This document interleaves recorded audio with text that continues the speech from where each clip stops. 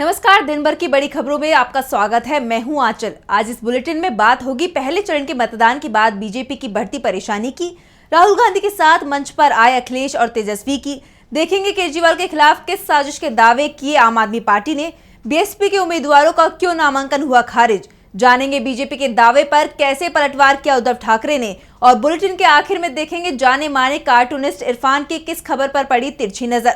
लेकिन तमाम बड़ी खबरों से पहले एक नजर आज की सुर्खियों पर। दिल्ली में आप और कांग्रेस गठबंधन का दिखने लगा असर। मेयर और डिप्टी मेयर के चुनाव में आप को खुलकर समर्थन करेगी कांग्रेस। दोनों ही सीटों पर आप उम्मीदवार की जीत दिख रही है तय।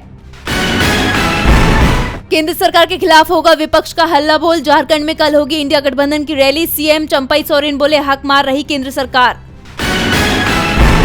सूरत के कांग्रेस कैंडिडेट का नामांकन रद्द, तत्काल सुनवाई के लिए जाएंगे हाई कोर्ट। सेंसेक्स 599 अंक बढ़कर 73,088 पर बंद। निफ्टी भी 151 अंक चढ़ा। बैंक और फाइनेंशियल सर्विसेज के शेयरों में सबसे ज्यादा तेजी रही।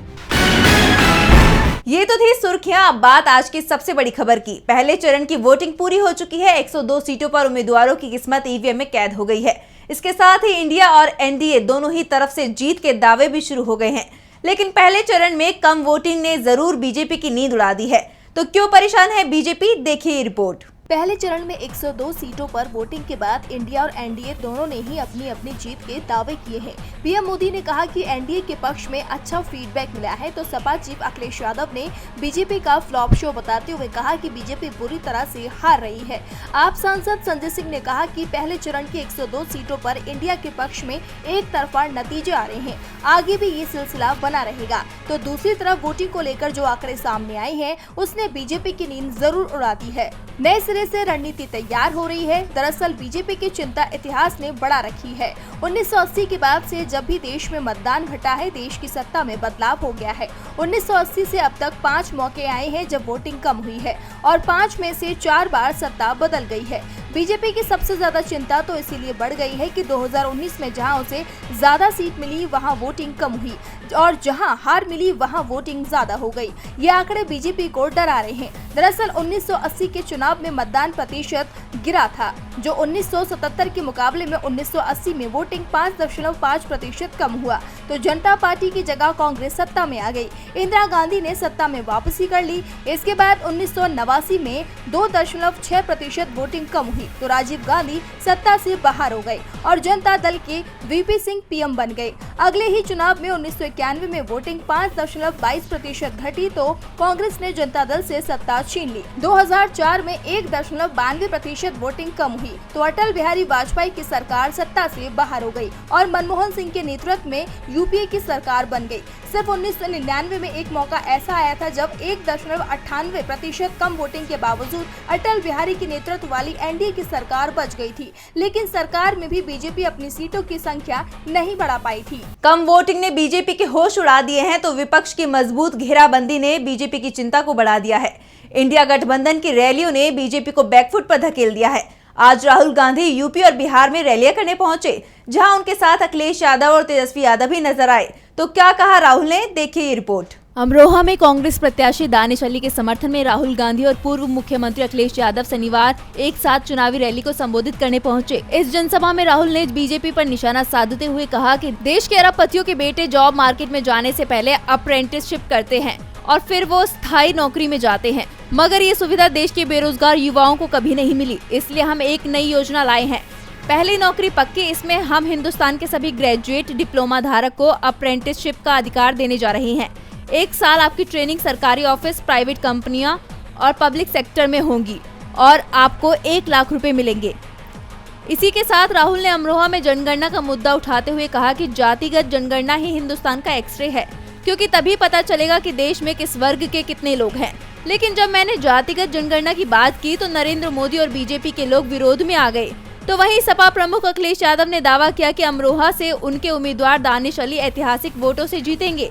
इस बार पश्चिम की हवा हर जगह से बीजेपी का सफाया करेगी। जनता ने बीजेपी को पहले चरण के चुनाव में ही पलट दिया है। बीजेपी का पहला शो पहले दिन ही फ्लॉप रहा है। मोदी जी सिर्फ जुमले लेकर आए थे। तो वहीं आज भागलपुर में भी राहुल ने तेजस्वी यादव के साथ जनसभा की। इस सभा में राहुल ने कहा कि बीजेपी के लोग बात करते हैं इतनी सीटें आएंगी उतनी सीटें आएंगी, लेकिन मैं कहता हूं एनडीए को 150 से ज्यादा सीट नहीं आएंगी। हमारी सरकार बनते ही अग्निवीर योजना को उठाकर फेंक देंगे। देश को 2 तरह के शहीद नहीं चाहिए। तो वहीं तेजस्वी यादव ने भी बीजेपी पर हमला बोलते हुए कहा कि 400 पार की फिल्म फ्लॉप हो चुकी है, पहले और दूसरे फेज में हम जीत रहे हैं। राहुल, अखिलेश और तेजस्वी के वार से बीजेपी मुश्किल में दिख रही है, तो आपने बीजेपी के साथ ही दिल्ली के उपराज्यपाल पर भी गंभीर आरोप लगा दिए हैं। दावा किया है कि दिल्ली के सीएम की जान लेने की साजिश हो रही है। तो क्या कहा आपने, देखिए ये रिपोर्ट। दिल्ली शराब घोटाला मामले में सीएम अरविंद केजरीवाल तिहाड़ जेल में बंद है और अब उनकी सेहत खराब बताई जा रही है। इस मामले में शुक्रवार को केजरीवाल की याचिका पर कोर्ट में सुनवाई हुई, जिसमें उन्होंने अपनी डाइट को लेकर कोर्ट में दलीलें दी थी। इसे लेकर दिल्ली सरकार में मंत्री सौरभ भारद्वाज ने शनिवार को प्रेस कॉन्फ्रेंस की। सीएम केजरीवाल के स्वास्थ्य को लेकर मंत्री सौरभ भारद्वाज ने बड़ा दावा किया है। दिल्ली के लोगों को मुफ्त स्वास्थ्य की सुविधा देने वाले जनता के चुने हुए सीएम को दवा नहीं दी जा रही है। केजरीवाल कह रहे हैं कि उनका शुगर लेवल बढ़ा हुआ है, उन्हें इंसुलिन चाहिए, तो उन्हें इंसुलिन देने से मना किया जा रहा है। जेल में धीरे धीरे केजरीवाल की जान ली जा रही है। सौरभ ने कहा कि एक शुगर के मरीज को इंसुलिन न देने से उसकी नसें कमजोर होने लगती है। उन्होंने आगे कहा कि नसों के कमजोर होने से धीरे धीरे शरीर का एक एक अंग जैसे लीवर, फेफड़ा और दिल आदि भी फेल होने लगते हैं और एक दिन मरीज मल्टी ऑर्गन के फेलियर के चलते अपनी जान गंवा देता है। केजरीवाल के साथ ऐसा ही करने की साजिश रची जा रही है। ये लोग चाहते हैं कि केजरीवाल को समय से दवा ना दी जाए ताकि उनके सेहत पर असर पड़े। फिर जब केजरीवाल जेल से छूटकर कुछ महीने बाद बाहर आए तो कभी वे लीवर, कभी फेफड़े और कभी दिल का इलाज कराते रहे और धीरे धीरे वो खत्म हो जाए। सौरभ ने आगे कहा कि हम बस ये चाहते हैं कि अगर केजरीवाल को इंसुलिन की जरूरत है तो उन्हें इंसुलिन दी जाए। केजरीवाल की गिरफ्तारी और जेल में उनके साथ हो रहे व्यवहार से आम आदमी पार्टी गुस्से में है, तो बीएसपी चीफ मायावती भी गुस्से में दिखाई दे रही हैं। दरअसल उनकी पार्टी के 2 उम्मीदवारों का नामांकन खारिज कर दिया गया है। तो क्यों और किस किस सीट पर खारिज हुआ बीएसपी उम्मीदवारों का नामांकन, देखिए रिपोर्ट। लोकसभा चुनावों में बीएसपी को जोरदार झटका लगा है। यूपी की 2 लोकसभा सीट बरेली और आंवला में पार्टी प्रत्याशियों का नामांकन खारिज हो गया है। बरेली लोकसभा से छोटेलाल गंगवार और आंवला लोकसभा से सईद आबिद अली का पर्चा खारिज हुआ है। बरेली लोकसभा प्रत्याशी छोटेलाल गंगवार के कागजात में कमी पाई गई है, इस वजह से जिला निर्वाचन अधिकारी ने पर्चा खारिज किया है। वहीं आंवला से 2 बसपा प्रत्याशी होने की वजह से मामला फंसा हुआ है। बसपा प्रमुख मायावती ने पत्र जारी कर कहा, आबिद अली बसपा के अधिकृत प्रत्याशी हैं। आंवला जिलाध्यक्ष राजीव कुमार सिंह ने रिटर्निंग ऑफिसर सीडीओ को पत्र लिखकर शिकायत की है। फर्जी बीएसपी प्रत्याशी सत्यवीर सिंह के खिलाफ एफआईआर कराने की मांग की है। बीएसपी जिलाध्यक्ष ने कोतवाली थाने में भी सत्यवीर सिंह के खिलाफ तहरीर दी है। बीएसपी प्रत्याशी आबिद अली ने कहा कि ये सब सपा प्रत्याशी नीरज मौर्य की साजिश है। हम लोग हाई कोर्ट और सुप्रीम कोर्ट तक जाएंगे। बरेली और आंवला सीट से आखिरी दिन 12-12 नामांकन भरे गए। आज नामांकन पत्रों की जांच की गई थी। वोटिंग से पहले ही 2 सीटों पर मुकाबले से बीएसपी बाहर हो गई है, लेकिन इंडिया गठबंधन बीजेपी के खिलाफ मजबूती से डटा हुआ है। बीजेपी को सबसे ज्यादा चिंता अगर कहीं दिख रही है तो वो महाराष्ट्र में दिख रही है। 2019 के लोकसभा चुनावों में यहाँ एनडीए गठबंधन को 48 में से 41 सीटें मिली थी, लेकिन वो तब था जब उद्धव ठाकरे एनडीए में थे। अब उद्धव इंडिया गठबंधन में और उन्होंने बीजेपी पर जमकर निशाना साधा है।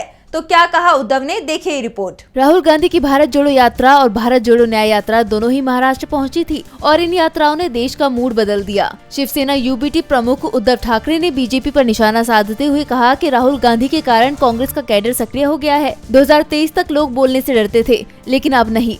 अब उन्हें लगता है कि लोकतंत्र संकट में है। अगर राहुल या मैं बाहर आते हैं तो लोगों को लगता है कि कोई वहाँ बीजेपी के खिलाफ है। उन्हें झूठे वादे के खिलाफ बोलने का भी साहस मिलता है। उद्धव ने कहा कि मैं एक वीडियो देख रहा था जिसमें एक किसान से पूछा गया कि क्या उन्हें पीएम किसान योजना के 6,000 रुपए मिले हैं। जलवा में किसान कहता है कि मैं 1 साल में खाद के लिए 1 लाख रुपए और 18% यानी कि 18,000 रुपए जीएसटी के रूप में देता हूँ।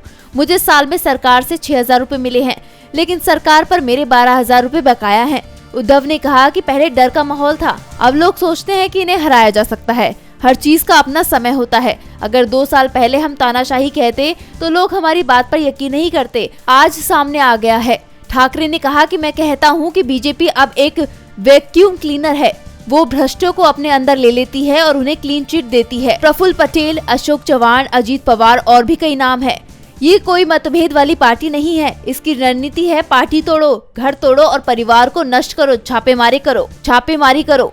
इसकी गारंटी खोखली है। उद्धव ने मोदी सरकार पर सीधा हमला बोला है। इंडिया गठबंधन की रणनीति का असर एनडीए के सहयोगियों पर भी दिख रहा है। महाराष्ट्र में एनडीए में टकराव दिख रहा है तो बिहार में एनडीए के अंदर सब कुछ ठीक नहीं है और राज्य के सीएम नीतीश कुमार की बयानबाजी तो एनडीए की मुश्किल और बढ़ाती दिख रही है।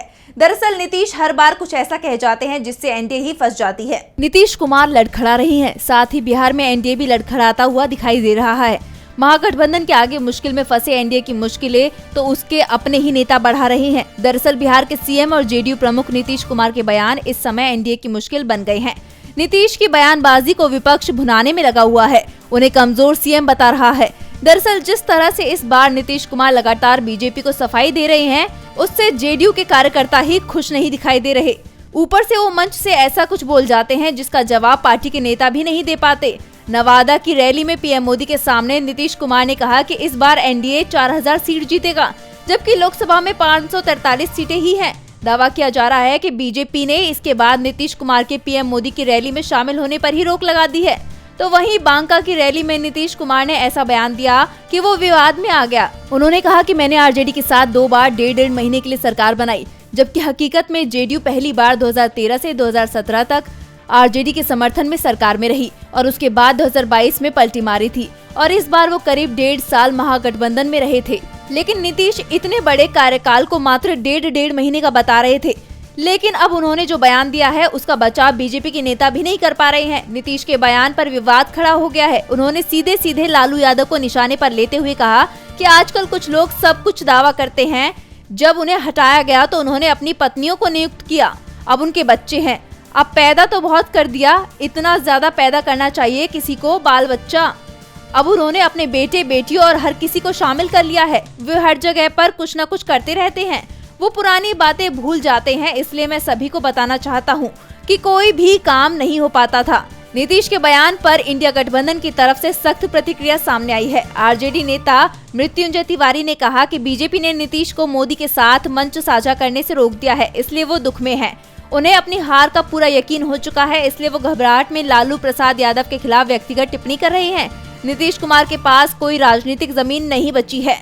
लालू परिवार पर नीतीश का निजी हमला कहीं बीजेपी का खेल ही ना बिगाड़ दे, क्योंकि जब भी किसी बड़े नेता पर निजी हमला हुआ तो उसका उल्टा ही असर हुआ है।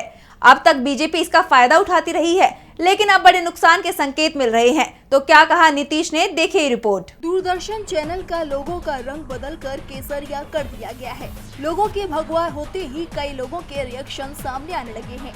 डीडी के लोगो के बदलने से सबसे ज्यादा नाराज विपक्ष है। विपक्ष का कहना है कि चैनल का भगवाकरण किया गया है। विपक्षी नेताओं का प्रश्न है कि इसे लोकसभा चुनाव से पहले बदलने की क्या जरूरत थी।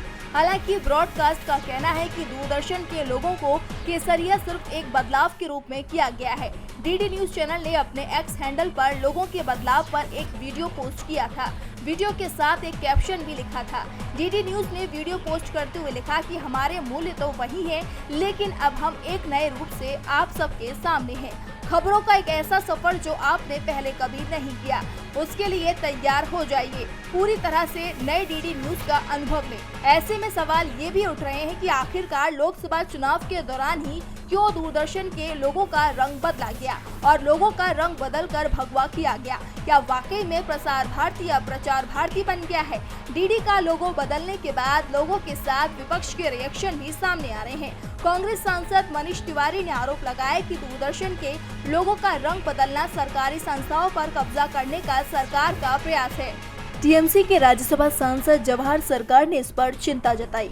उन्होंने कहा कि दूरदर्शन ने अपने ऐतिहासिक फ्लैगशिप लोगों को भगवा रंग में रंग दिया है।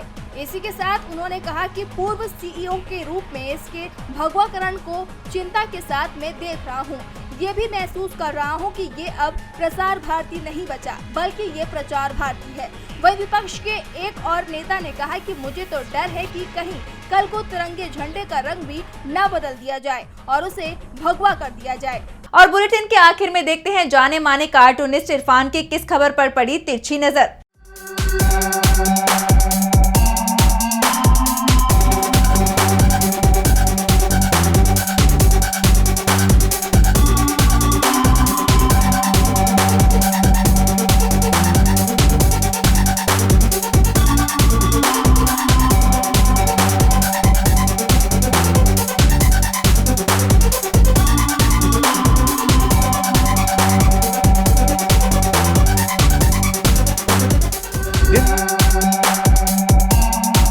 बीजेपी के फायर ब्रांड गृह मंत्री अमित शाह का कहना है कि तीसरे दौर में वो जब सत्ता में आएंगे तो पूरे देश से नक्सलियों का पूरी तरह से खात्मा कर देंगे। जिस तरह से संवैधानिक ताकतों का इस समय दुरुपयोग हो रहा है, उसको देखते हुए बताने की ज़रूरत नहीं है कि उस समय लोकतंत्र किस हालत में होगा, क्योंकि मोदी है तो मुमकिन है।